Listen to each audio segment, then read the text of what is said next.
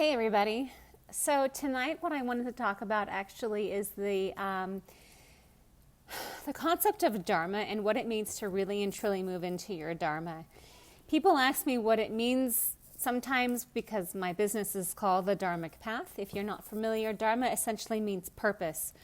And I came up with that name because it dawned on me back in about 2012. I was kind of up against a wall. This was right before my brother passed away, about 2 weeks before my brother passed away. And I was ironically thinking, if it gets any more stressful, I'm going to have a nervous breakdown. And then he died, right? So at the time, I found myself kind of, like I said, up against a wall where I was afraid that certain experiences that I wanted to have in my life were going to elude me, that I wasn't going to be able to have these experiences. And I did a lot of meditating because it meant so much to me, and I didn't want to have this fear anymore. And what came out of that meditation was that I would have whatever experiences that I was meant to have in an effort to heal my soul. Because really and truly, that's why we're all here, is because we're karmically working out soul patterns to evolve and transcend and ascend, or whatever you believe, whatever. So I thought, well, as long as that's the case, then by default, I'm going to manifest what I need because I want that healing. I want that growth. And so when I created the Dharmic Path, it was kind of built on that concept. One of the things that I come across all the time with people who want to start coaching, for example, is like the money issue. They think, oh, if I spend this money, I'm out. And that just the very nature of that thinking tends to work against you, obviously, because the reality is, and here's a rule, I caught myself saying it last night, so this is why I decided to make this video, because I've said it many times. When you step into your Dharma, really and truly, when you surrender to your Dharma, you end up paying forward the gifts that you were naturally given. And as a result, the universe has this really magnificent way of making sure that not only do you have what you need, but that you're abundantly supported so that you can stay on your Dharmic path, because it works for the greater good of humanity to pay it forward.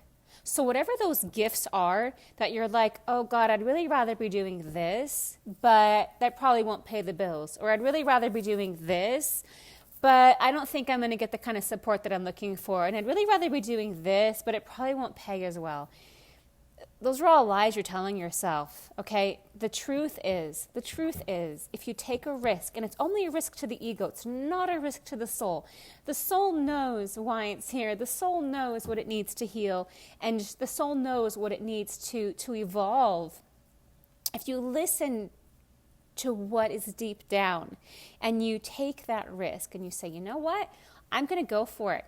I'm going to quit my job. I'm going to get out of this relationship.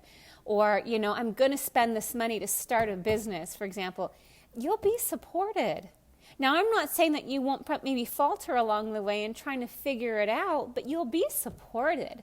There's not enough people on this planet paying it forward. So trust me when I say, if you decide to step into your Dharma and start listening to your heart and listening to your soul and walking a path based on faith instead of a path based on the known variables, then I guarantee you're going to find more success, more happiness, more joy, more abundance, because you will by default be bringing to you all of the things that you are in turn paying forward.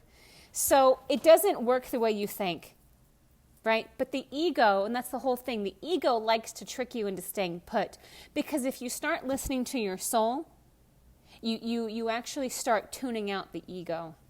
And the majority of the work that I do with people, for example, is learning to tune out that ego, because the ego is just a liar. The ego's job is actually to be the higher self servant, not the other way around. But most of us live in this paradigm where we're a slave to our ego instead of using the ego as a mechanism to problem solve and get ahead. We go, oh yeah, you know what, I'm not pretty enough. Yeah, no one would want me. Yeah, you know what, I'm not smart enough, and I don't really have any talent to offer. That's true. Instead of tuning out the ego and saying, but I really want to try this. I really want to do this. And at every level of your greatness, you're going to find another risk, another part that you haven't quite challenged. I'm doing it again. I'm investing in a ghostwriter. And, it'd be really easy for me to say, okay, I'm good at coaching and I make a great living and I don't have to work a lot of hours and it's fabulous and I can just sit with this, right? But my soul wants more. My soul wants to engage the public more. There are more people for me to reach. And this book has needed to get into text format for a long time, and I'm hiring a ghostwriter, and this process costs anywhere from $5,000 at the bare bones minimum to $25,000 to full execution from start to finish. It's an investment, and that's just kind of how this works. We take a risk. We make an investment. We try something new. We give up something we don't like, We put more money out there. But it's so that way we can do more of that paying it forward process. I'm not worried about the money going out because I know that I'll get tenfold back. But I do know that it has to start with me being the initiator and me starting that process so that other people can tap in and be a part of the ripple effect that I'm creating, right? By saying, why is my soul here? How am I meant to serve? And give back. The irony of entrepreneurs is that most of them will hit a resistance point where the money doesn't feed them anymore, right? And this is why high-level coaches do so well, because we're now looking at not the bottom line. We're looking at the inner process. What do you want to give back? What do you want to contribute? Because once you've learned the system or you have figured out a formula, it's not enough. Your soul is here for more. Everyone's soul is here for more. We are a collective. We are here to help each other, to heal, to grow. And so the sooner you get on your dharmic path, the sooner you'll be supported to help someone else get on theirs. And we all have our own unique way of doing this, but no one is the exception. And if you're willing to take a risk, I promise you will see results. You will see rewards, maybe not right away because, that undoing of the ego can be quite uncomfortable in the beginning. But I promise if you have faith and you trust and you do it anyway, you will be successful. So there's no fear. There's no fear in stepping into your dharmic path. You will 100% be supported. So I just wanted to share that with you. Saying that